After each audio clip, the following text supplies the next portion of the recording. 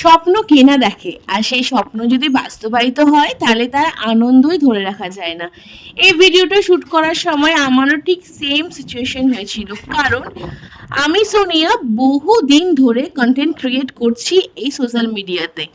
আর এই প্রথমবার আমি কোনো পেড প্রমোশনের জন্য রেডি হচ্ছিলাম। বাটার প্রমোশন আমি আগে অনেকবার করেছি, তোমরা দেখেছো, বাট এই প্রথমবার আমি কোনো পেড প্রমোশনের জন্য রেডি হচ্ছি।